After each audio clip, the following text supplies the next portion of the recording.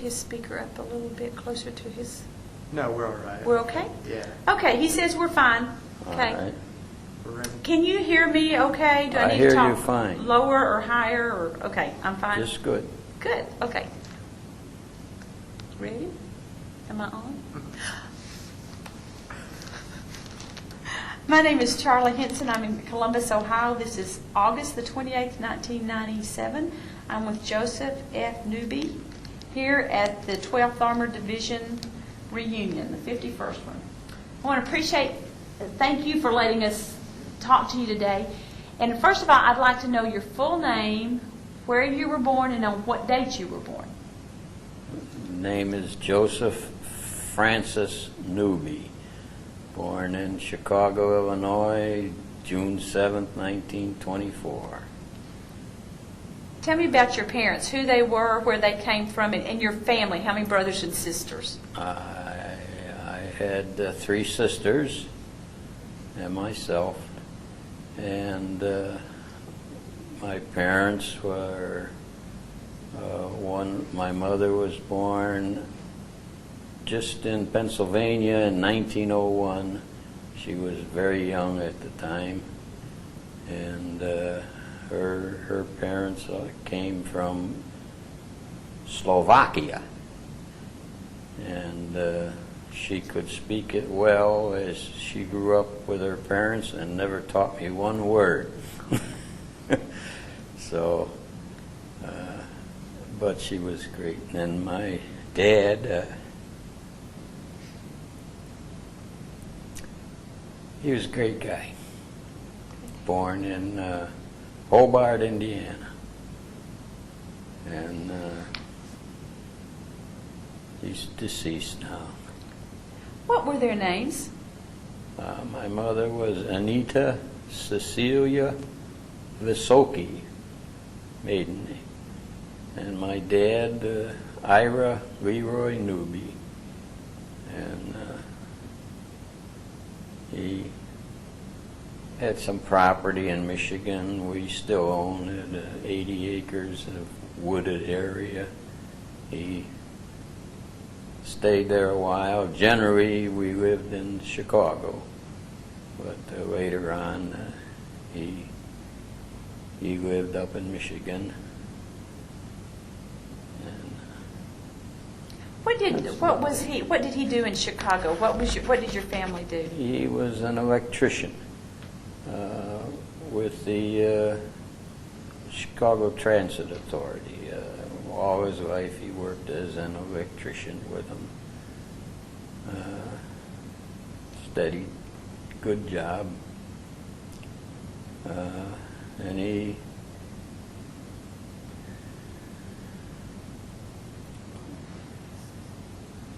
just worked there all his life. My mother was a homemaker and took great care of me. Where were you? Tell me your sisters' names, and then where you are in the age pecking order. Yes, my oldest sister is Irene Elizabeth, and she's the oldest, and then me, and you got my name, and Dorothy is my next sister, and Joan, who was just 10 years old when the war started, the baby. If you were to think about your back through what your mom and dad gave you, what they taught you, what would be the main theme of what they taught you and has helped you in your life and in your experiences during the war? Tough one.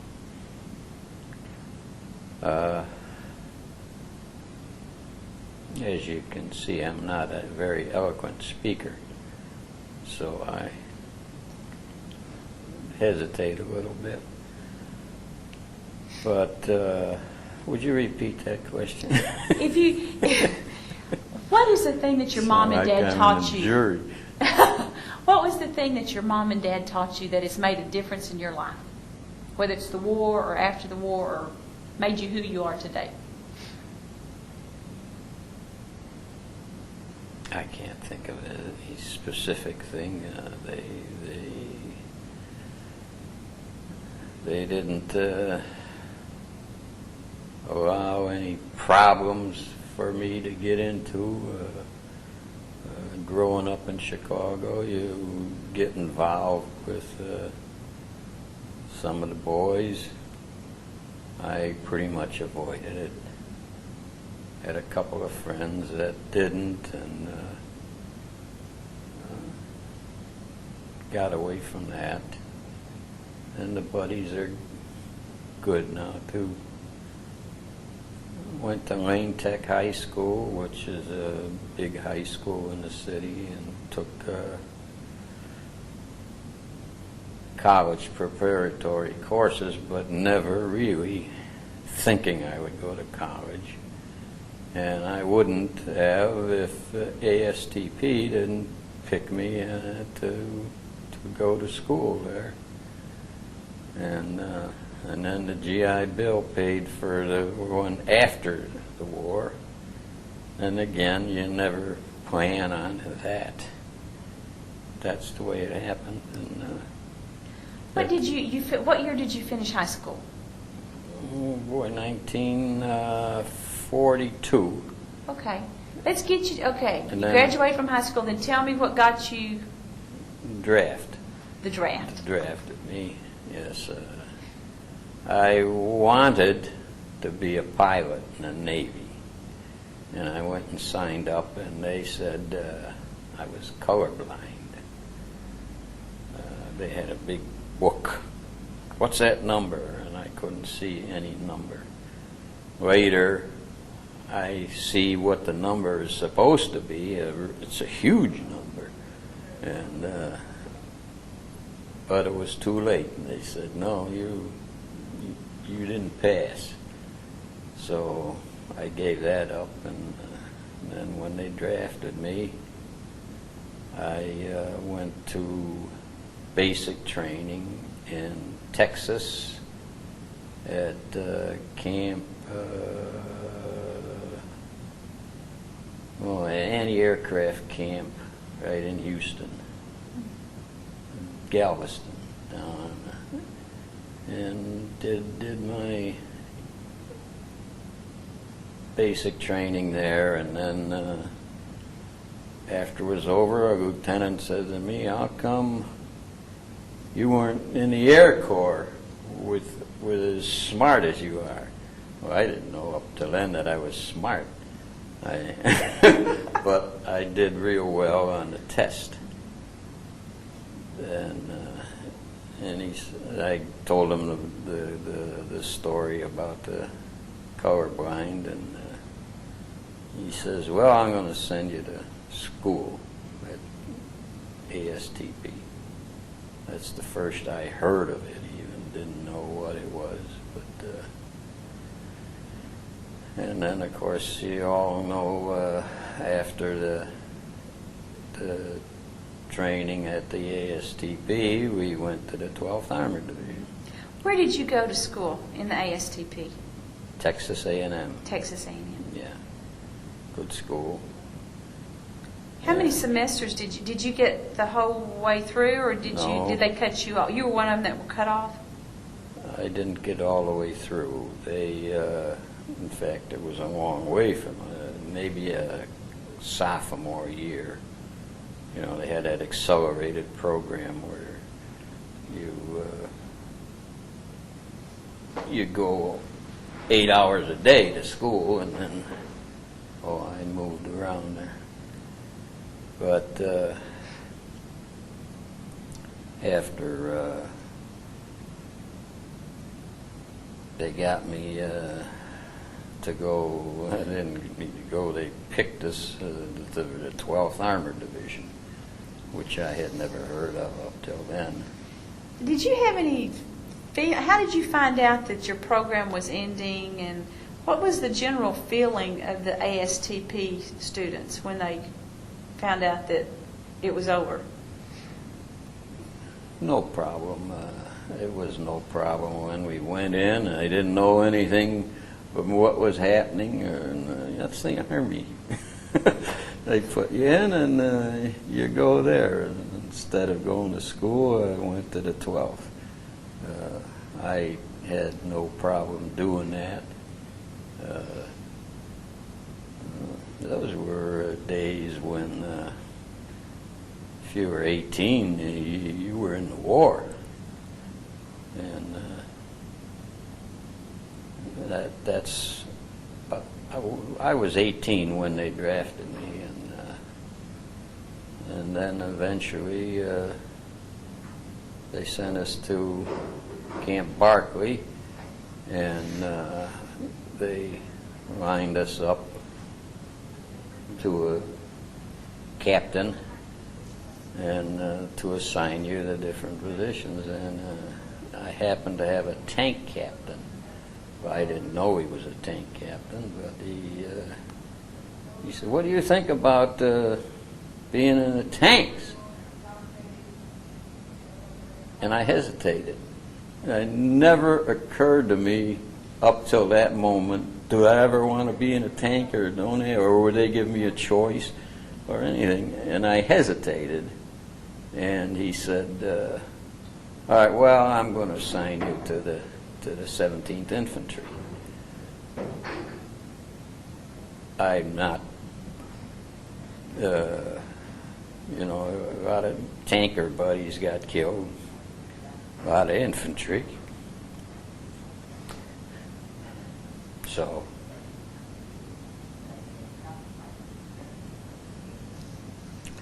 well, at any rate, that's where I was in the infantry, and good bunch of guys you're with. Which unit did you go into? 17th. The 17th, and then which company? A company. A company. An anti-tank platoon. Now, I don't know why they assigned me to the anti-tank platoon. Maybe it had to do with my training in anti-aircraft, where I took my basic training. That's logical. You would, but there were other guys who were in the anti-tank who didn't have. Yeah. Tell me about the weapons you used. Describe them for me. What made up your unit?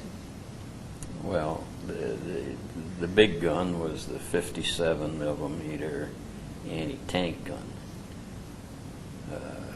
Size? Oh, it was a good size. The shell was about that long, something like this. You had armor piercing and a couple other kind. And it was a good weapon, but it wasn't good enough for one of the German tanks. Did you know that before you got over there? No. Didn't know that. No. Well, you heard talk always of 88s, and I didn't know that, and it wouldn't have made any difference if I did. So what was the kind of the regimen of your training as an anti-tank unit? Well, the first thing, we took that anti-tank gun to Europe and went all the way across Europe till the war ended, and never shot at a tank. Never shot it at a tank. We used it against infantry and trucks, but we never shot at a tank with it. Probably a good thing, because they'd have shot back. But that was our big gun. Then we had the other usual stuff. I think the best weapon we had was the 50 caliber machine gun mounted in our half-track. That potent, great weapon. And generally, as I was kind of promoted up through no help, no fault, no wasn't my doing. It was a loss of our people that did it,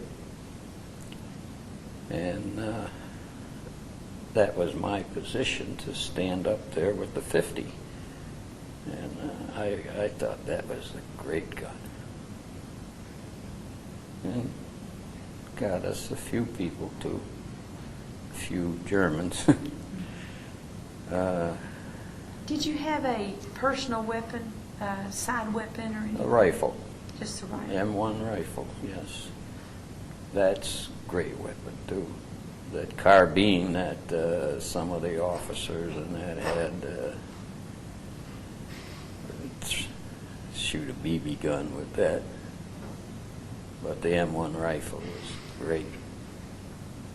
And you got a lot of firepower out of it.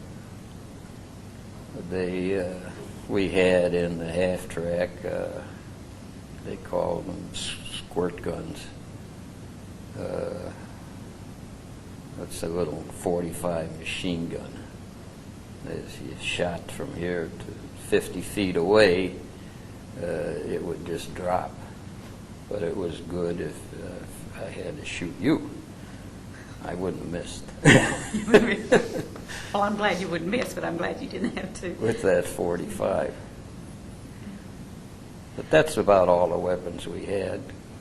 Carried hand grenades, of course, all the time. I'm going to pretend that I know nothing about, when I interview people, they go, how come you don't know that? But I'm acting like I don't know anything. Okay. On your anti-tank, the big gun, was it hand-carried? Was it mounted? It was a towed mount hooked up to a half-track. And there were 3 of them in the platoon. And one platoon to a company, of course. And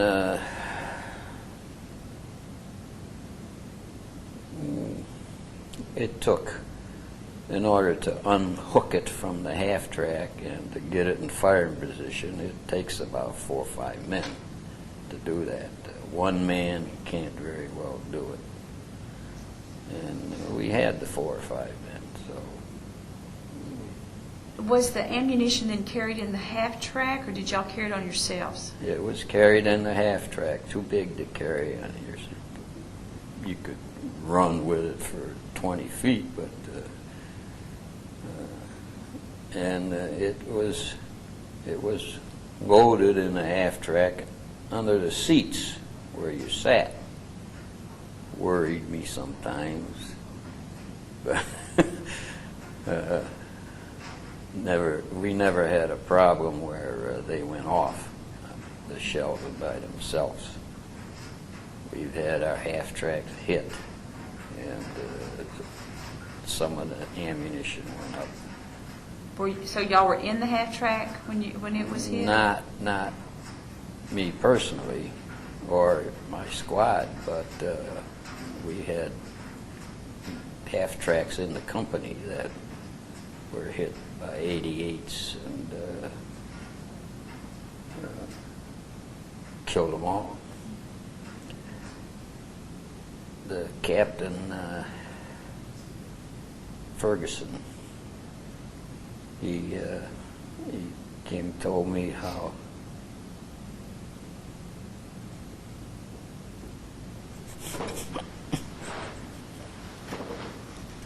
anyway,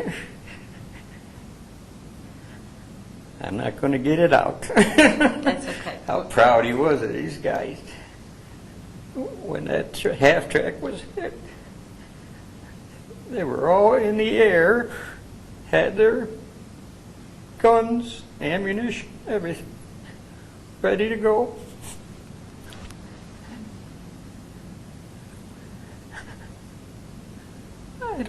I don't usually break up like this.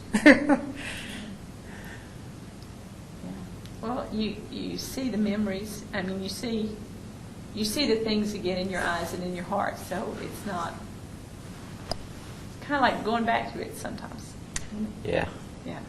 You relive a lot of that stuff through the years, but nothing that going to make you goofy or anything. So Captain Ferguson was your captain. Did he start with you at Barclay? No, Okay. no, he was in the company, but he was after Hergeshheim.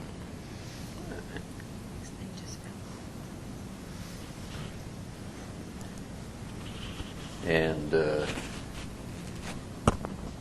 he was after Hergeshheim, and Ferguson was after, and Captain Halpin was our captain before Hergeshheim. Great man. Tell me about him.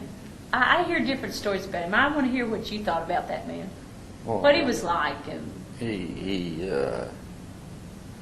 he would be a man you would follow anywhere. He was. I thought he was good to the men all the way through, and I still have a pass he gave me, which is no bearing on how good he is or anything, but he issued a pass to me to go to Abilene for the weekend, and he signed it and all, and I still have it. Why I hung on to that, I don't know. But I want to catch him. He's not here this time. I want to catch him and present that to him. See if his signature's the same. was he an easy man? Was he easy or?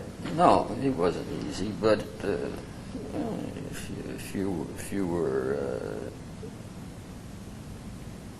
if you didn't goof off, he was a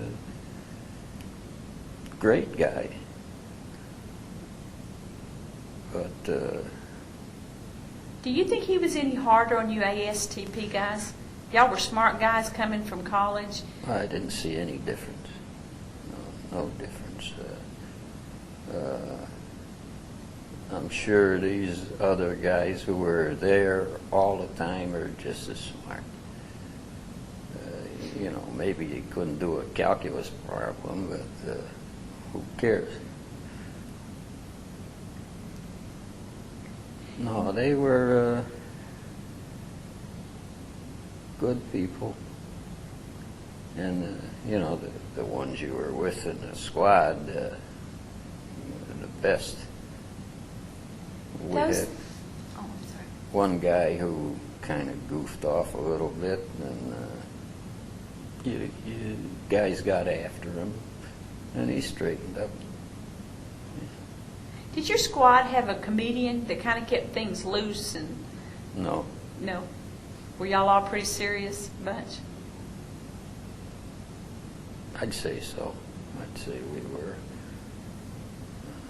Looking at the squad that started at Barclay together, how many of y'all got all the way through the war together? Well, if you're talking about unscathed, one, me. If you're talking about wounded, I'd say 5 of them were wounded, and the other couple killed. There were 10 altogether. So, yeah, why I didn't get hit or anything, I don't know. I did get a shrapnel wound, but it turned out it was more or less minor.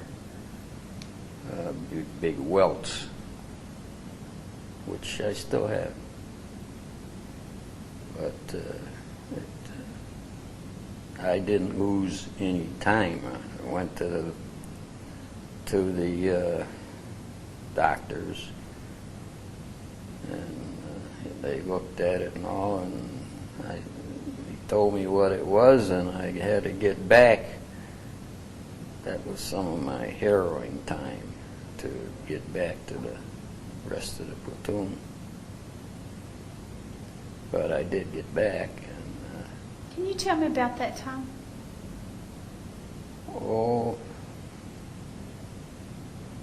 Yeah, we were attacking Hergeshheim. Never heard of it before. didn't know much about it, which is typical through the whole war. The GI, he don't know nothing. But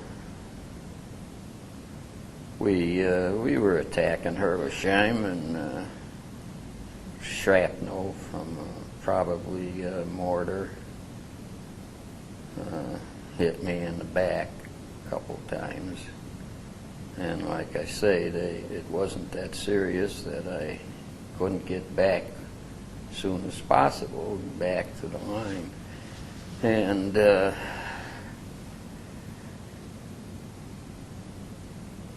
well, you run into a German patrol on the way.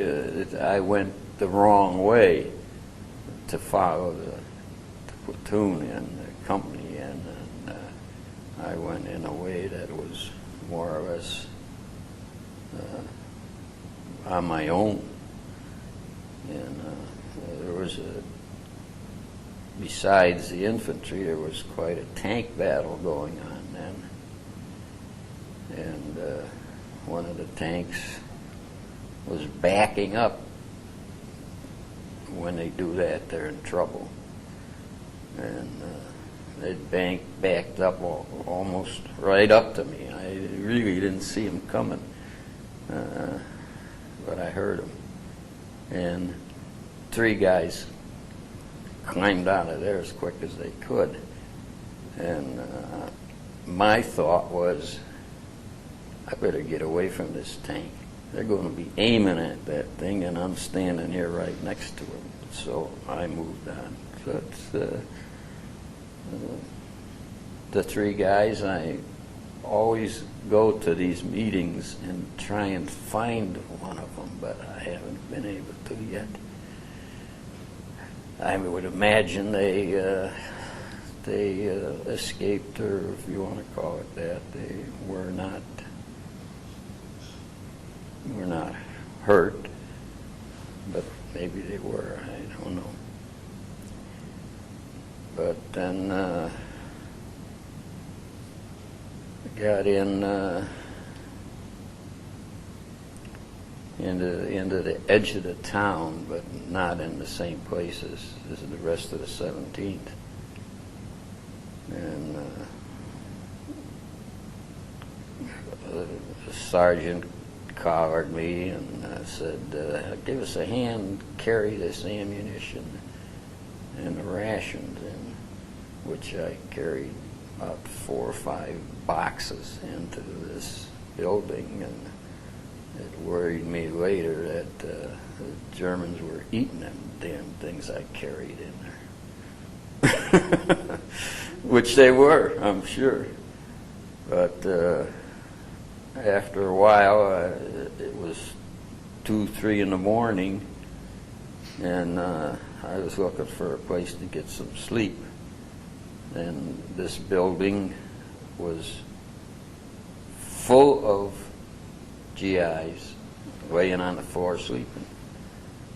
And I found room to squeeze in there and fell asleep, and it couldn't have been more than a half hour later, and machine guns start whipping through the building. They were machine gunning it, and tracers coming through the building, but you're laying on the ground, so you weren't hit. But it's kind of, what do you do now? I had no officers there with me, nobody there. I don't know where all the guys went to that were laying on the floor. There were only about 10 of them there. And some of them were at the front door surrendering, because the Germans were shooting in there, and there was that word they use, camaraderie or something like that. They were hollering at the Germans, and the Americans seemed like to me too. So how do you get out of there? Well, either the back door or the front door, and I tried the back door, and there was action going on out there, so I tried the window. Windows are tough, always. And in January, you can't open a window. This thing went real easy up. So 4 of us went out the window. Got outside, and you're just checking out, see what you're going to do, and the flare goes off. I don't know if we put the flare or the Germans put the flare, but the flare went off, and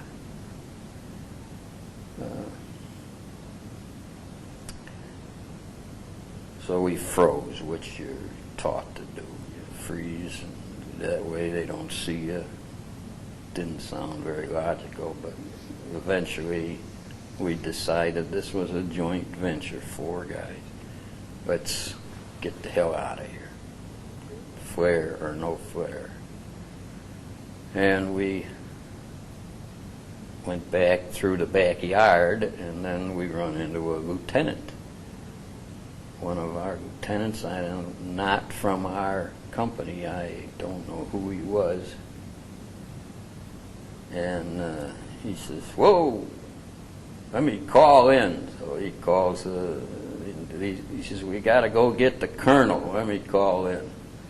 I don't know what colonel he was talking about, but there must have been a colonel there.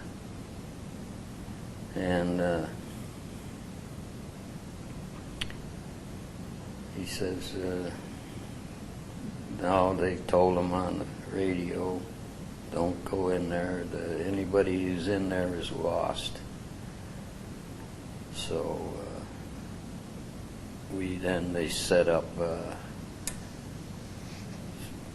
defensive position on a mound, big mound that was 15 feet high, that looked like a spoil from digging a canal, which was right behind the mound.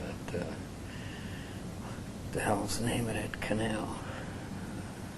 Anyway, we were stationed then along the top of that canal, and every once in a while there was some fire coming at us, and you returned it.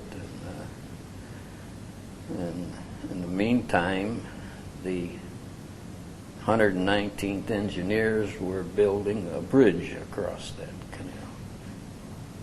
I'm going to think of that canal yet. Just a footbridge. And it was 2 in the afternoon when they finished it. And this was dark when this started.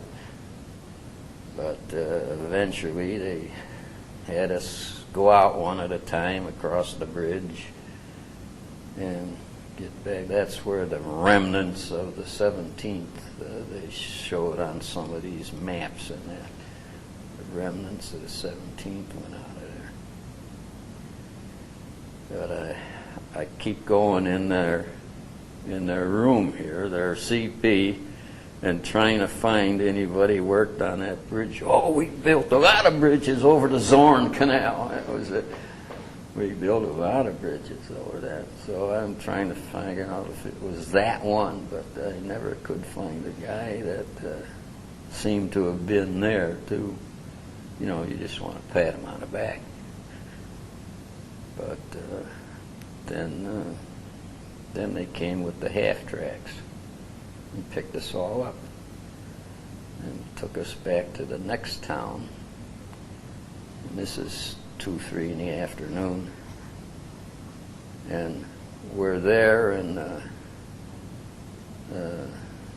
there was a sergeant there, Sergeant Mills, good man. It was from the platoon. He says, "Joe, we're going to counterattack. I need you to lead it. You're the only one I got that can do it," he says. Okay. Naturally, yeah, I'll do it. So you look out across the field towards Herlesheim. There's a big valley in there,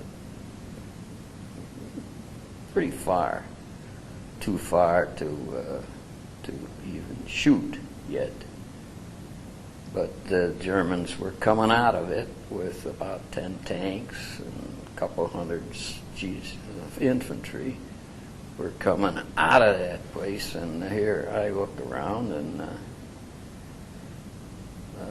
I know the mess sergeant was there. One of the guys had more guns on him than he could imagine. He weighed himself down with so many guns, but he was prepared if it ever got to that point. And the company clerks and the drivers and everybody, that was our attacking force, our counterattacking force. And got out there quite a ways, closing the gap. They're coming, and I'm leading these guys, and all of a sudden they're hollering, "Hey, Joe, come on back, Joe." That was inspiring. Come on back. And I look over to see why, and here's our P-47 Mustangs. Came in, we're bombing the hell out of them, strafing them, bombing them, and they turned and were running back into Hergesheim. There's talk in some of the publications we get out and all that. It was the artillery, it was the French artillery, it was the planes. Everybody had a different idea what was bombing them, but it was the planes. No doubt that run them out of there. What is the feeling when you're leading an attack, and what was it like to look up and see the planes? Well, it was surprising. That's mostly to see the planes. Up till that time, I know we had them there, all kind of evidence of planes. Sometimes you wondered, nobody was ahead of us going out into Germany. We were leading it all, and yet there were torn up tanks and horses that were blown up, and there was a lot of things happening. And so it had to have been the airplanes that did it. So they did a good job. But you didn't think much about whether you're leading an attack. What I thought, I said, there's only one way I'm going to get out of this. I got to get wounded, and when they wound me and go over me, they don't finish me off. Maybe that way I'll survive this. That's what I thought. Because there was no other way except for airplanes. Maybe the artillery would have done it later, but that was the planes. Was that a thinking, you were talking about the thinking of I'll get wounded and maybe I'll survive the wound. Was that something that went with you the whole way through No. the experience, or just that time? Just that time. Just that time. Just that time. No, I never looked to get wounded. Never figured you'd get wounded. Guys next to me were wounded. Why don't you figure you'll get wounded? But I never gave that too much thought. Is this time that you just described to me, going back, being told go back to Herleshheim, go back that direction, was that the most vivid? Is that what stands out of all the battles and all the fights that you were in as kind of the time I think I may not make it here? Well, Hergeshheim, that's the feeling a lot of guys had in Hergeshheim. I don't know that was key to it. I don't ever recall feeling that any other time, and this was nothing that, gee, I'm going to get hit. This was, it entered your mind. Just one way out. I think that's what saved me through the war, is I always planned what I would do next if the occasion rose. I taught that to my sons too. They used it on several occasions in the business world to be ready for a change. And when I took guys out for guard duty, I want you to plan what you're going to do. If some German patrol comes around that corner there, I want you to be able to, first thing, shoot. So there's a warning for the rest of the guys. That's your main object out here, is to be a warning. And then have a plan of what the hell you're going to do, because they're going to shoot back. What you're going to do to get in a safer position. And they did. I ended up, after Hergeshheim, they made me a corporal, and they made me a sergeant, staff sergeant.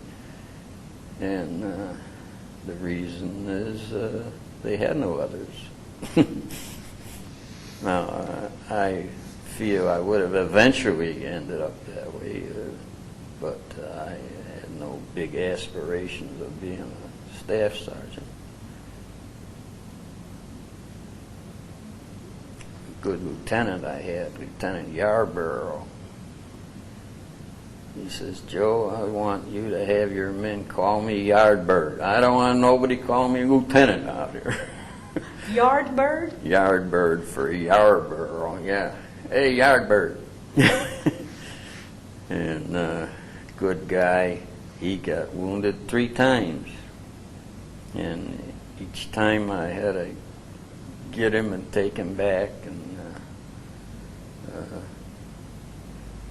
But that's lieutenants. Lieutenants, they got to be in the front. If you're not in the front, you're not a lieutenant. I guess that's their thinking. And sergeants are the same way. If they don't get that lieutenant, they got to get the sergeant. So they're sticking their necks out too, and that's exactly what you did when you were an officer or a non-com. Were you ready? You're out front. You said that you think you would have made it, but what was different about it? How did you have to change your thinking in any way when you became an officer? I was never an officer. Staff sergeant. Staff sergeant. Okay. Okay. What difference did that make? None. No. No. Except we're attacking the town, you got to be one of the front guys. And we attacked one town. We got down near the end of it, and I heard a commotion in a basement in one of the houses. So we hollered, "Come on out of there, or throw a grenade." And 2 German soldiers came out. And I still hear a commotion. Now what do? Throw the grenade? Or what? So, being the sergeant, I went down in the basement. And I just got the one foot on the basement floor and looked around, and the whole basement was filled with women and children. They're all holding their mother's skirts all the way around. Suppose it had thrown that grenade. As you get a little worried about that. But because they're women and children, that's the only reason. They were Germans, that's something else. You don't have quite the feeling for them, except nobody shoots women and children on purpose. But I did stick my neck out going down in that thing first. But who else is going to do it? Just a little example. Y'all got through Herleshine, then y'all, what was the next, in your mind, what was the next action that stands out for you? Well, there really was no big action. There was every day you attack a little town. You maybe 2 towns in a day. You go ahead. Sometimes we did this long attack where we went 60 miles in one day. I was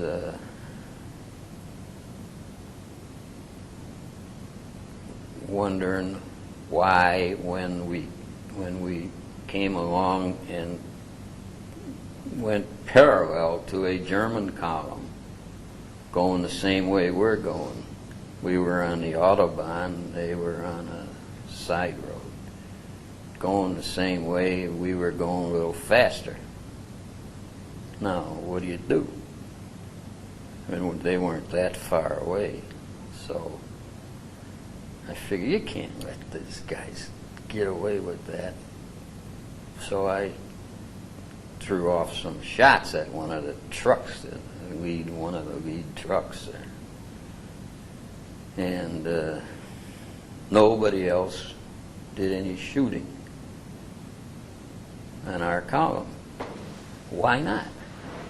I couldn't figure it out. And then, well, if the captain isn't up there shooting or giving the word to shoot, I'm not going to do it. Maybe it's a convoy loaded with American prisoners. You don't know what's in those vehicles, so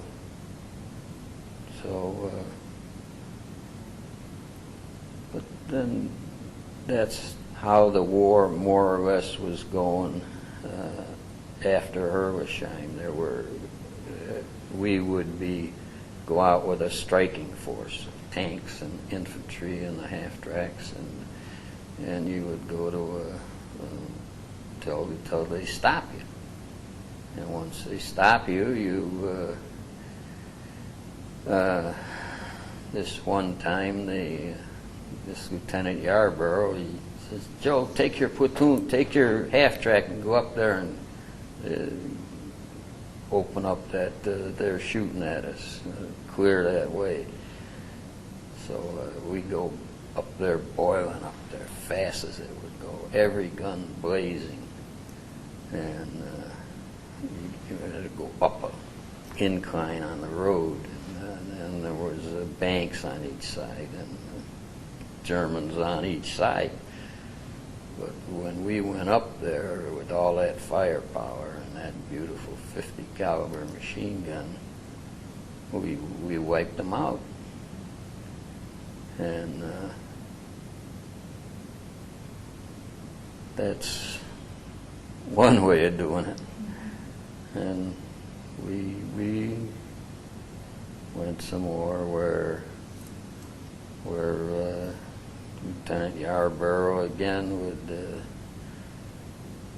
take us in to attack a town, just three vehicles, 2 half-tracks and a Jeep. And we get down there and they start firing at us, and we returned all the fire, of course, and got to the point where they brought a tank out. We were not ready for a tank, so we got the hell out of there. It's kind of hairy turning around on a narrow road, and they're shooting at you, and you're trying to shoot back. If you don't shoot back, you're in trouble. So, How did y'all handle their tanks? How did y'all? You said your anti-tank gun didn't even penetrate it. What did they use to put out their big tanks? we had big guns. So there were the bigger guns Yeah, behind we you. had 90 caliber guns on our tanks, which should outdo the German tanks. So that ended They're up being a best. tank-to-tank battle usually. Yes. And infantry is involved. The tanks don't want to go anywhere alone. And I don't blame them, because you see our tanks with a hole in the side that's burnt into it. Those bazookas burn into the steel, and then it explodes inside. So they get knocked out by infantry. And we had the bazookas that did the same thing to their tanks. Right near the end of the war,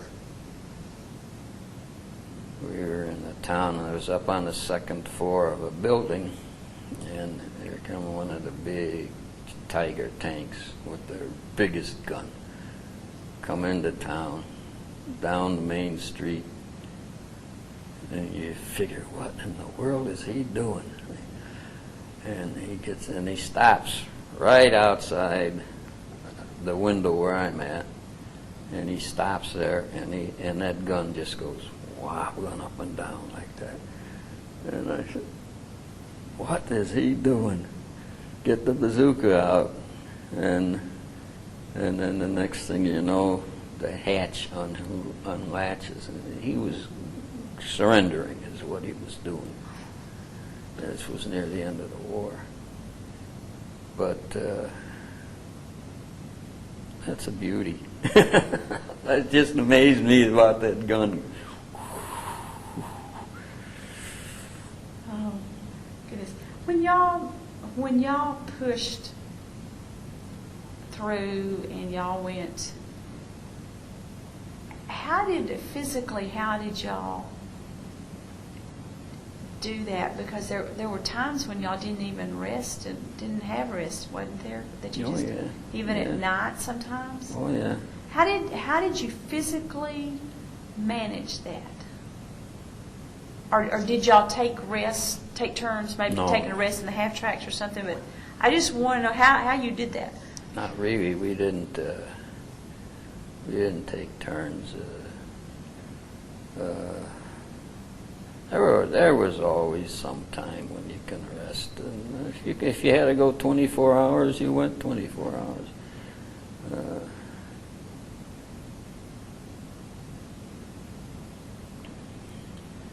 We would go with what they call a striking force, a company of tanks and a couple companies of infantry, and just head out that way. And we crossed very unusual circumstances. It was a river, I guess. I'm not sure if a river made this thing, but it was about 25 foot wide and straight down the banks, and a bridge across it. So we went across with our tanks and our half tracks, and got maybe a quarter mile away, and boom, the bridge blew. Now, here's our powerful striking force with no help going to come from back. So we we were the ones, and they attacked somewhat, but not much. This was again getting nearer the end of the war, and of course we had guys. The last day, grenade come down in a half track on those hills in Austria. So we had guys killed the last day of the war. When y'all were headed towards Colmar, did y'all have any idea that that y'all were nearing the end? Could you kind of tell, though, that as y'all went across Europe that you thought that it was ending, or any premonition about that, or told? Not really. Colmar, to me, was nothing. We were, a lot of times, we did not lead the column. We were pulling that gun behind us. So you couldn't do what a normal half-track could do, pulling that gun. And for some reason, then at Colmar, we were at the end of the column all the time, and therefore I didn't even know there was a Colmar until afterwards. I read about it. You know, there's very few of the names of the towns that I know. Ansbach. I remember Ansbach. I remember it because when we got to the center of the town, the big shot Germans in their finery, you know, all their hats and they surrendered. And they gave up and surrendered, and it kind of irritated me that they had a German civilian hanging by the neck too from one of the buildings. That irritates you a little bit too. And they said, "Oh, it was the SS. SS did it." But I took the guy's pocket watch out of his pocket, this mayor, and it's got his name on it, the mayor of Ansbach. I still got it. Yeah, I imagine he would love to get that, or his family, but he isn't going to. So then y'all just marched them off to, after they, did you just march them off then, or did you just kind of move them? Well, I've heard y'all talk about you took prisoners and you just kind of passed them back through. Is that how that worked in that kind of situation too? Or since they were the big guys, they got special treatment or something? No, I really don't know what happens to them. It's kind of a gruesome story. I don't know if I should tell you this or not. But one of the Germans, we were at the end of the column. And this was very early in the war. We haven't even seen a German till then. And they came. We could see them coming down the line. We were more or less parked. And they came by each half track and with their hands up and were pleading for us to take them. I guess that's what they were doing. But when they got opposite us, the one guy had his hands all here like this. And somebody down the line cut him open with a knife. And his intestines were all loosely hanging out. And this is our introduction to the war. This is the first casualty we saw. We weren't going to pick him up. We just left him there, standing on this dirt road out in the middle of some fields. What are we going to do with him? So we left them. I don't know what happened.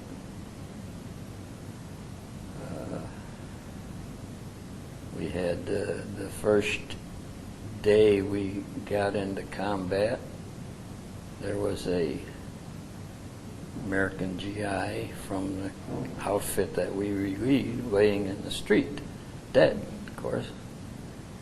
He's laying there in the street. And what I thought about was he's got a bandolier of ammunition around us. And they gave us one clip of ammunition each. One clip, 10 shots. What are we going to do if they attack us with one clip? And now there's that out in the street, we're in the building. Should I go out there and get that bandolier of ammunition? That damn thing is probably booby-trapped, is what I was thinking. We were pretty green. I never did see a booby trap in the whole war, but they thought that was it. And I didn't go out and get it. We went on our way, and that poor guy was still laying there. What do? They have grave people, I guess, that come pick up the soldiers, the dead ones. How did you, that's not something you were used to seeing. It's not something that was in your experiences before. Yeah, that's right. What did you do to get through that? How did you work it inside your mind that you could see an American laying in the road and you just knew you had to keep on going? I don't know. It's not something you dwell on.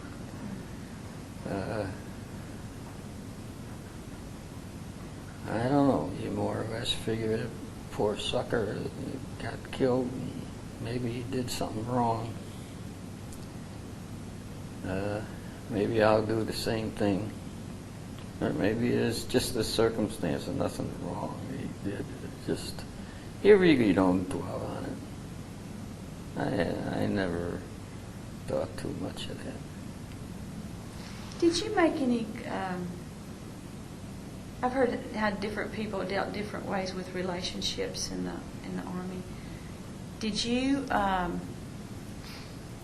try to make friends in your unit, within your squad, or how did you deal with relationships there? Did you learn to kind of just push that out because you didn't know when they would be there? Or Oh. how did you The deal guys with in the squad? Uh-huh. Oh, Like replacements and stuff. I've heard different ways Yeah. that people have to Yeah. deal with that. Oh yeah, we had a lot of replacements, and they one time they sent 3 of them over to me, and I'm sitting, just shot a pheasant, or not a pheasant, but a smaller bird, and that about 4 or 5 of them. 2 of us went over and shot them up, and I'm there cooking them, peeled them, eating them right away, and here these guys come, and I'm not the most ferocious looking guy in the world. I'm not real big, and this guy, one told me later, he says, you know, when I first saw you, I thought, I'm going to be in big trouble. I'm not going to get out of this war with that guy. And he told me that. he was kidding, I'm sure, but maybe not. But Smitty, good guy. Good guy. Got pictures of him. There's very few pictures of the war. But of the 4 non-coms that were around at the end of the war who were wounded, and I came back, the four of us are all together in one picture.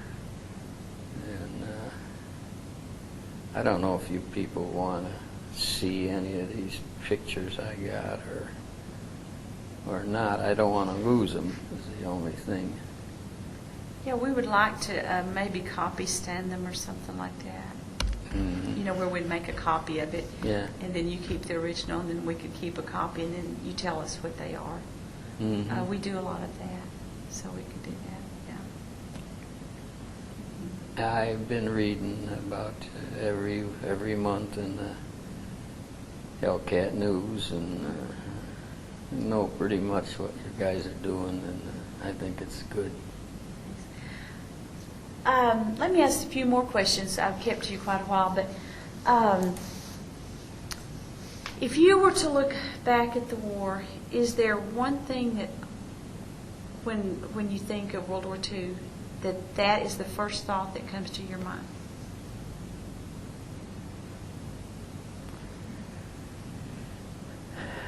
World War II.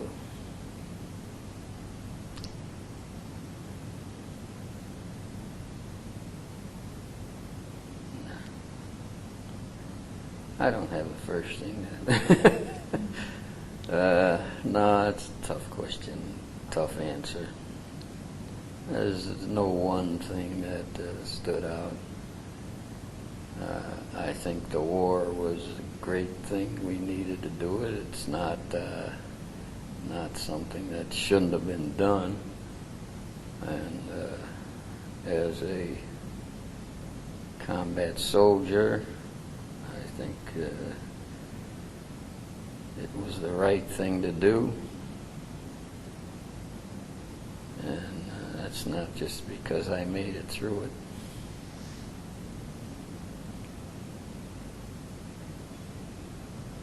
That's about it. If there was one lesson you learned, was it to, you said what earlier, plan ahead? Oh, yeah. Is there any other things like that that you learned being a soldier?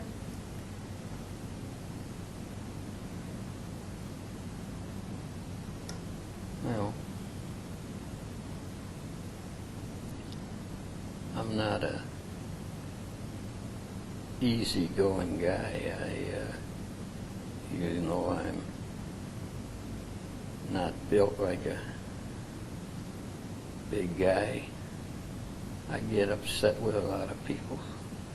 I don't know if that's a throwback to the war. I used to carry a trench knife in my boot at all the time, and I wanted to carry that after the war. I'm a little bit, sometimes I get upset with people. It's probably a throwback to the war. Maybe not. Maybe I just... Why would you do that?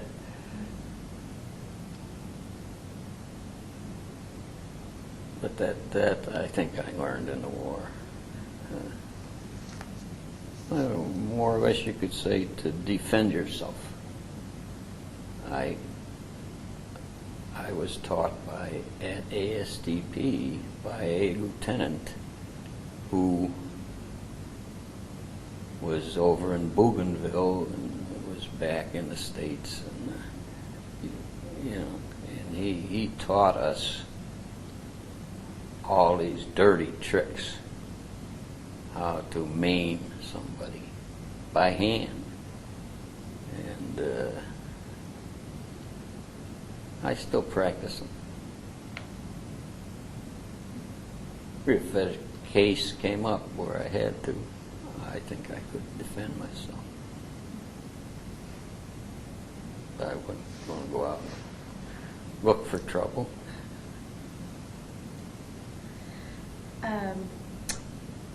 When you, was the war what you expected as a young kid going into war? Do you think, did it turn out like you expected it to? I wanted to fly a plane, and I still wanted to fly a plane after the war. but I never got to. At one time,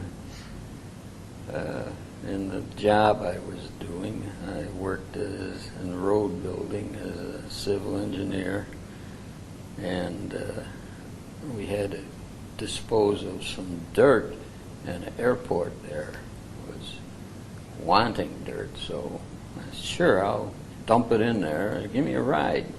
Okay, and the guy took me up in a Piper Cub, flew all over the Chicago area. I thought that was tremendous.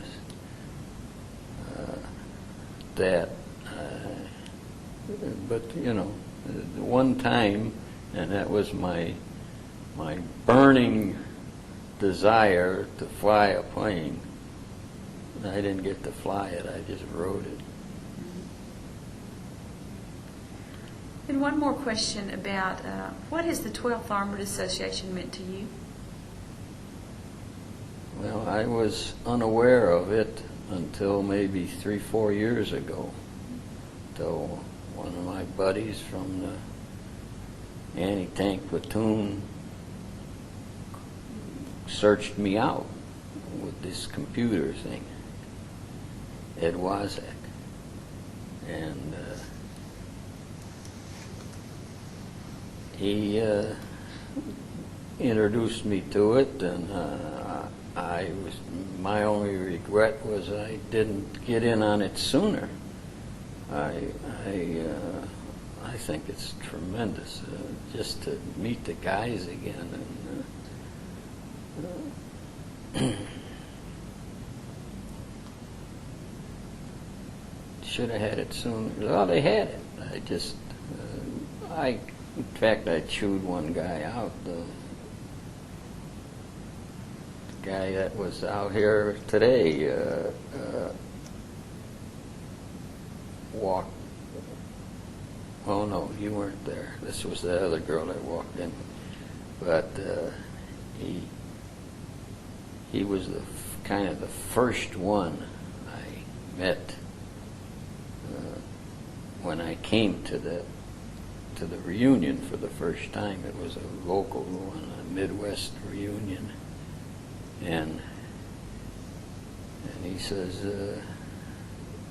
"Oh yeah, we tried to every medium we could find to notify everybody. He says, I think we did the best we could to." Well, I was not informed, so you didn't do it 100%. But some of the guys that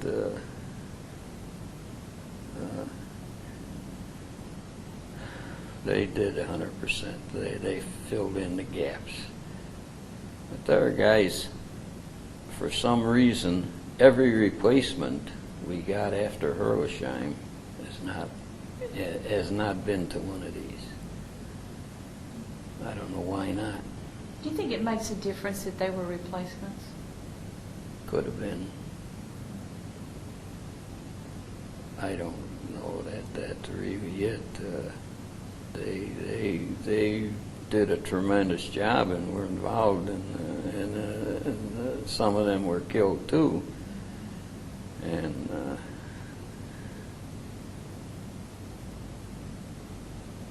well,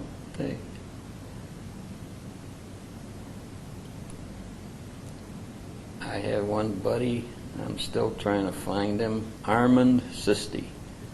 If you're there, Armand. Was a great buddy starting back in basic training, anti-aircraft, and then through ASTP and into the 12th. And when we were assigned areas in the 12th, he says, "Joe,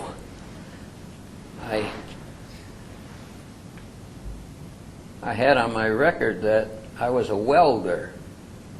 What I did was they put tin cans through this thing, and I would step on a lever, and it would weld that tin can, then go to the next one. And that was my job as a welder. But they put me in the what do you call it? Oh, dear. Maintenance? Well, the maintenance, but they got another word for the group that does the repair of the half-tracks and Is all. that the ordinance? No. And the ordinance either. But anyway, he was thrilled to death. Oh, boy, I'm in the ordinance. What are you in? Well, I'm in the 17th Infantry. What? So that was the reaction, but it didn't bother me. What we used to kid around, I'd see guys I knew at school were in the tanks, and we'd be marching down the road, and they'd be riding down the road, and they'd be giving us the business, and of course everybody called that a coffin. The tank was a coffin. Tankers didn't like that, but that's the only way we could get back at them.